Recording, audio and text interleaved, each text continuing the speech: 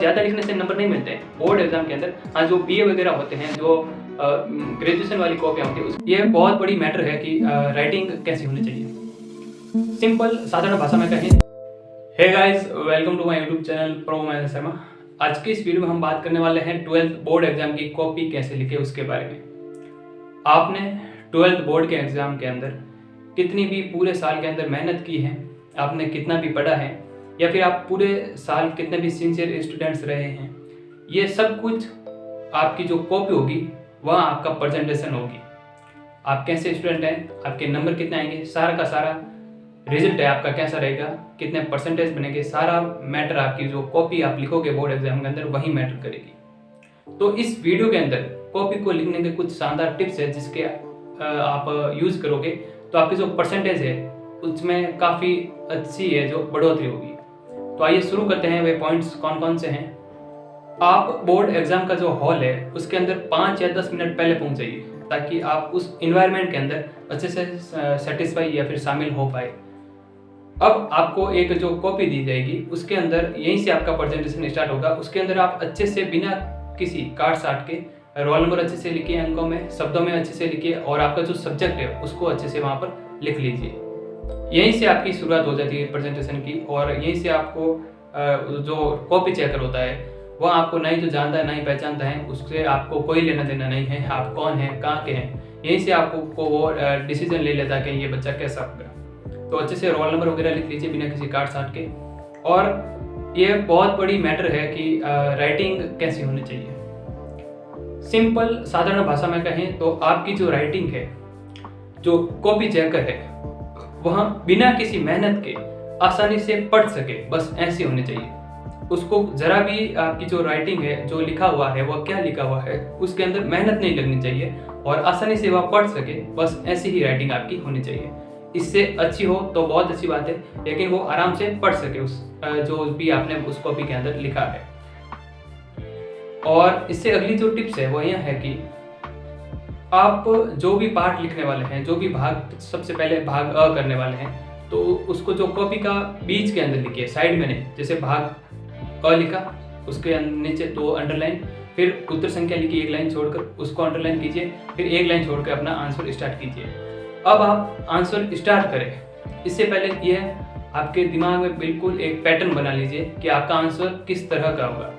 जो अति लघुरात्मक होता है वह एक पैराग्राफ में ही होता है, और जो लघुरात्मक होता है वह 60 शब्दों का वगैरह होता है, तो वो 2 पैराग्राफ में अच्छे से मैनेज हो जाता है। लेकिन जो निबंधात्मक होते हैं उन क्वेश्चन को करने के लिए आपको एक पैटर्न बनाना होगा कि हेडिंग आएगी, सब हेडिंग आएंगी, इसके बाद में ये पॉइंट्स आएंगे। जैसे हम निबंध वगैरह लिखते हैं ना, तो उसके अंदर लिखते हैं ना प्रस्तावना, फिर जो मध्यम बीच वाला भाग होता है, फिर उसके नीचे सबसे लास्ट में होता है निष्कर्ष। तो इस प्रकार आप अपने माइंड के अंदर पूरा का पूरा पैटर्न बना लीजिए कि आपका आंसर किस प्रकार यहाँ पर लिखा जाएगा। अच्छे से जैसे ही वो एक आंसर जैसे अति लघुरात्मक वाला है, अच्छे से पैराग्राफ के अंदर लिखा एक आंसर, तो उसके बाद में 2 लाइन छोड़िए, फिर बीच में ही उत्तर संख्या लिखिए। बीच में मतलब पेज के बीचों बीच में उत्तर संख्या 2 और उसके नीचे 2 अंडरलाइन कीजिए। जैसे ये आंसर खत्म हो, अब जैसे भाग जो 60 शब्दों वाला है, कोशिश यह करें कि आपका जो पेपर है, जैसे भी क्वेश्चन शब्द दिए होते हैं, जैसे 30 शब्द के अंदर इसके आंसर दीजिए, 60 शब्द के अंदर इसके आंसर दीजिए। जो 30 शब्द हैं उसको आप 30 से 40 शब्दों के बीच में आराम से अच्छे से आपने जितना भी कंटेंट पढ़ा है, जो ठोस बातें हैं वो रखिए उस आंसर के अंदर। जो आपको लगता है कि हाँ ये आंसर का बहुत ही ठोस पार्ट है उसको रखिए। 60 शब्द का है तो उसको अच्छे से 2 पैराग्राफ के अंदर बनाइए अच्छे से। 60 शब्द का है तो आप 60 से 70 के बीच में शब्द यूज कर सकते हैं। बहुत ज़्यादा लिखने से नंबर नहीं मिलते हैं बोर्ड एग्जाम के अंदर। हाँ, जो बीए वगैरह होते हैं, जो ग्रेजुएशन वाली कॉपियाँ होती है, उसके अंदर पेपर ज़्यादा लिखें तो उसके अंदर परसेंटेज अच्छे बनते हैं। लेकिन जो बोर्ड एग्जाम होता है उसके अंदर आप 60 शब्द का है तो 60 से 70 के बीच में लिखिए। इससे आपका जो ठोस आंसर है, फैक्टफुल आंसर है, वही लिखिए, बिना फालतू की बातें नहीं, ठोस आंसर लिखें। आपने आंसर लिखा, उसके बाद में 2 लाइन छोड़ दीजिए और फिर उसका अगला आंसर स्टार्ट कीजिए अच्छे से अंडरलाइन करके बीचों बीच में, ताकि वो जो टीचर है कॉपी चेक कर रहा है उसको आसानी से समझ में आ जाए कि बच्चे ने यहाँ से आंसर अगला स्टार्ट किया है और यहाँ पर उसका आंसर खत्म हुआ है। जो निबंधात्मक होते हैं उसको अच्छे से आगे ईटा स्टार वगैरह लगवाइए, या फिर तीर का निशान लगवा सकते हैं, जो लंबे लंबे आंसर होते हैं उनको। और जैसे ही निबंधात्मक आधे पेज पर खत्म हो जाए तो आप उस आधे पेज को छोड़ दीजिए वहीं पर, और अगला पेज आप अच्छे से स्टार्ट कर लीजिए।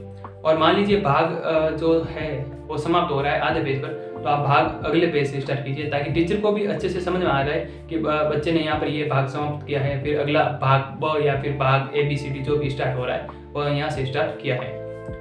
इससे क्या है, टीचर को आसानी होगी। वो कहते हैं ना कि एक कहावत है ना कि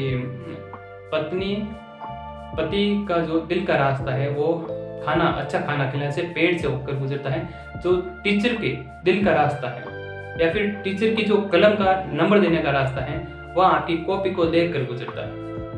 अच्छे से कॉपी में कोई बिना तकलीफ हुई, ना ही तो उनको माइंड लगाना पड़ा ज़्यादा और ना ही उनको पढ़ने में कोई दिक्कत आई, तो अच्छे से वो क्लिक टिक करते जाएंगे और आपको अच्छे नंबर देते जाएंगे। आप कॉपी लिख रहे हैं, उसके जो शुरुआती पेज है 4-5, उसको बहुत ही अच्छी राइटिंग के साथ लिखिए, क्योंकि कहते हैं ना first impression is the last impression. और जो मीडियम वाले पेज है वो मीडियम राइटिंग के अंदर यानी कि बीच में आप थोड़ी बहुत राइटिंग इधर उधर कर सकते हैं, और जो लास्ट वाले हैं उसको वापस थोड़ी अच्छी राइटिंग के साथ। First impression is the last impression, but last impression is your decide result. सारा परिणाम लास्ट इंप्रेशन ही डिसाइड कर लेता है कि आप कैसे इंसान हैं। शुरुआत से लेकर आप राइटिंग बीच में थोड़ी सी कम हो तो भी चलेगा, लेकिन कम नहीं, मतलब स्पीड बढ़ा सकते हैं, लेकिन जो शुरुआत वाले हैं वो भी आंसर अच्छे रखें, और जो लास्ट वाले हैं उसमें भी कोशिश करें कि राइटिंग आप अच्छी रखें। इसके अलावा जो है आपका जो हिंदी के अलावा जैसे राजनीति हो गया, इतिहास हो गया, इसके अंदर आप इंग्लिश वर्ड का थोड़ा बहुत यूज कर सकते हैं। जो मेन पॉइंट होते हैं उसके अंदर इंग्लिश वर्ड का यूज कर सकते हैं।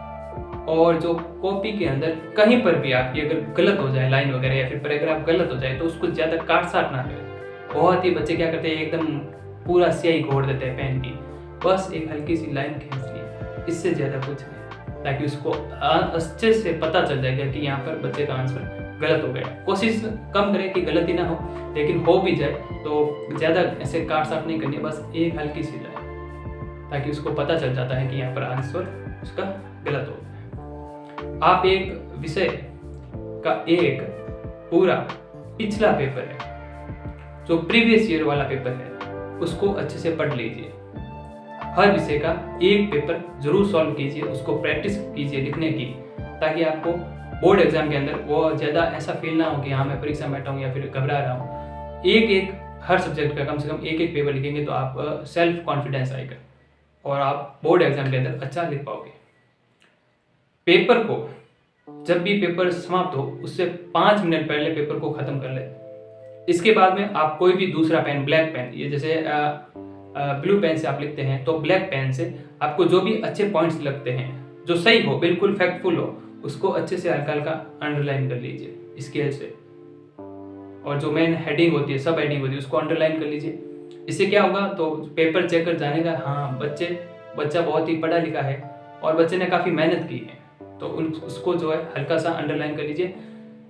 एक पेपर जरूर सॉल्व कीजिए, आपका कॉन्फिडेंस लो नहीं होगा बोर्ड एग्जाम के अंदर। और इसके अलावा आपके पास कोई भी टिप या ट्रिक्स है वो कमेंट बॉक्स में ज़रूर लिखें, और इसी प्रकार स्मार्ट स्टडी से रिलेटेड वीडियोस पाने के लिए इस चैनल को सब्सक्राइब करें। Thanks for watching.